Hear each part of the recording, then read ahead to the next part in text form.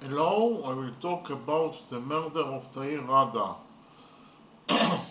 The murder of Tair Rada, a 13-year-old schoolgirl, was committed in 2006 in the girls' bathroom of her school in Katsrin. Roman Zadorov, an Ukrainian and resident of Israel, was convicted of the murder and was sentenced to life imprisonment on September 13th, 2010. On August 26, 2021, Zadorov was released from prison to house arrest after many appeals. On March 30th, 2023, Roman was released as not guilty for the crime. I will talk now about the murder and initial investigation. In December 6, 2006, 13-year-old Tair Rada of Katsrin reportedly decided to skip the last period of that school day. She stayed outside in the schoolyard with friends for a while before going back into the building to get a drink of water. She was last seen by several students going up a staircase leading to a mid-floor of 10th grade classes. Later that afternoon, when she failed to return home, her mother contacted the police and a search began.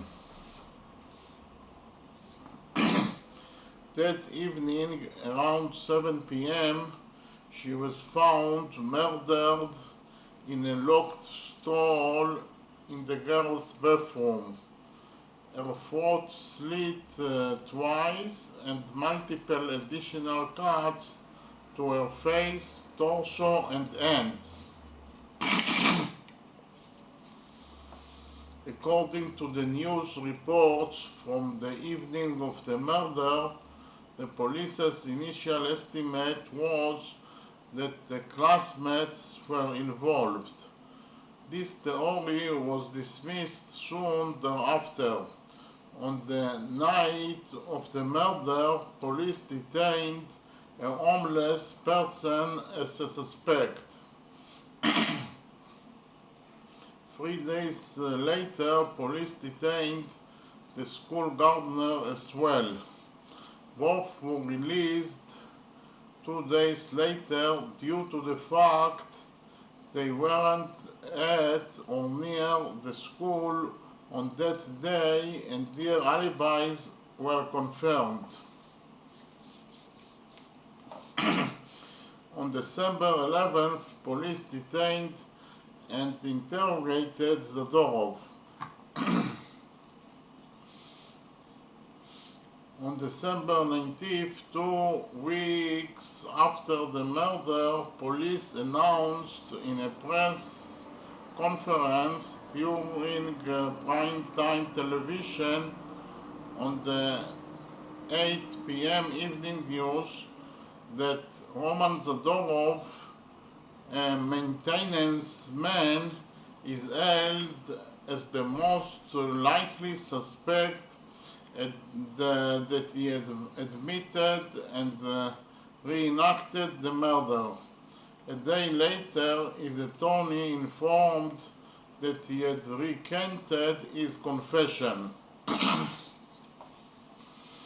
The motive for the murder, as initially stated by the police, was insult hurled at Zadorov after he denied Tair's request for a cigarette. Both her family and friends, however, stated that not only did she not smoke, but she couldn't even stand the smell of cigarettes. They also stated that rude behavior and cursing were very uncharacteristic of her. That motive was dropped. Police later claimed that the motive was sexual abuse Zadorov suffered by female classmates when he was an 8-year-old in Ukraine, which caused a rage fit after he suffered continuous pestering by the school's students during his work, but that could not be confirmed. No alternative motive for the murder was presented by police in the indictment. I will talk now about the indictment and trial. I will start with the DNA.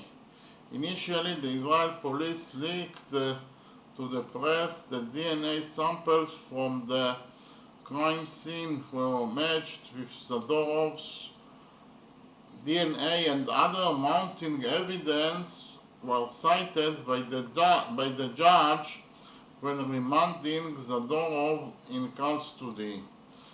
Later, the indictment was filed with no DNA evidence. The state prosecution explained the filing of the indictment with no DNA evidence or laboratory tests results as follows. The fact that the prosecution filed an indictment based on substantial evidence that exists implicating Zadorov without waiting for the US lab results show there is sufficient evidence tying him to the murder, and the case isn't based only on that issue. The DNA test results were inconclusive. I will talk now about the shoe imprints. A shoe imprint police expert by the name Yaron Shor claimed to have found additional bloody footprints on Tair Rada's jeans that matched Zadorov's salamander shoes. British shoe imprint expert Dr. Guy Cooper testified in 2009 that the stains couldn't be considered Zadorov's shoe imprints, if shoe imprints at all. His testimony was dismissed by the court. FBI veteran shoe imprint expert William Proziak also claimed in his 2013 testimony that these stains couldn't be determined to be Zadorov's shoe imprints, if shoe imprints at all. His testimony was also dismissed by the court.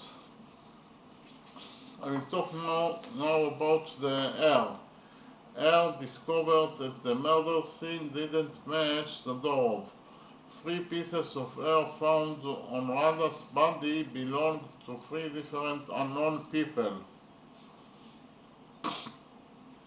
Not all of the hair found in the crime scene were tested for DNA, since the police told the lab to stop all tests once Zadorov confessed. I will talk now about the students in Tair's high school. Media reports in the early days after the murder criticized the Israeli police for searching for the murderer through the vast areas of the Golan Heights and the Galil instead of focusing on suspects within school building itself. One of the students later testified in court that she saw under the bathroom stall where the murder was committed Tair's Puma shoes, youth-size Ulster shoes, and blood. A long list of students went through the bathroom around the time of the murder, while Tair apparently struggled with the murderers, and some of them even noticed suspicious circumstances. Tair's mother stated on various occasions that she didn't believe that Zadorov was the murderer and that she believed that the true murderers were from Tair's world. She alluded that the murderers were high school students whom she believed to be members of a satanic cult.